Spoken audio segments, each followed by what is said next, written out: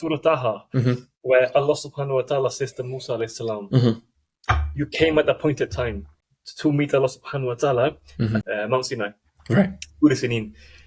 At the appointed time, not a minute later and not a minute before. Subhanallah. Profound. And it just reminded me of that. Yeah, that's so profound. And that's such a beautiful example, because that's where it goes back. It goes back to the Qur'an.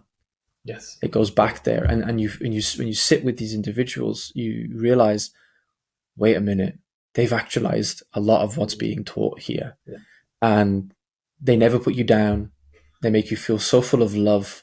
One of the things that Mawlana Hashim told us before he passed away was he told us to just love. He said, just love your brother.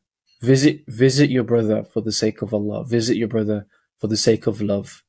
And he said, the effect that you will have in this cosmos by you just visiting another person out of love, it is almost ineffable. Yes. He was like, remember, this entire ummah is one body. The Prophet ﷺ said, when one part is hurting, another part is hurting. He said, what's the inverse of that? If you go and visit your brother out of love, you will have such a cosmological effect upon the entirety of the ummah that you'll create goodness. Goodness will be created rather further around the ummah. Just visit out of love, love people. There's such a fascinating story about Mawlana Hashim, and it's kind of a reference point to these men of God, women of God. They are so enamored with God, they don't really care so much about their image. They don't really care about how people perceive them.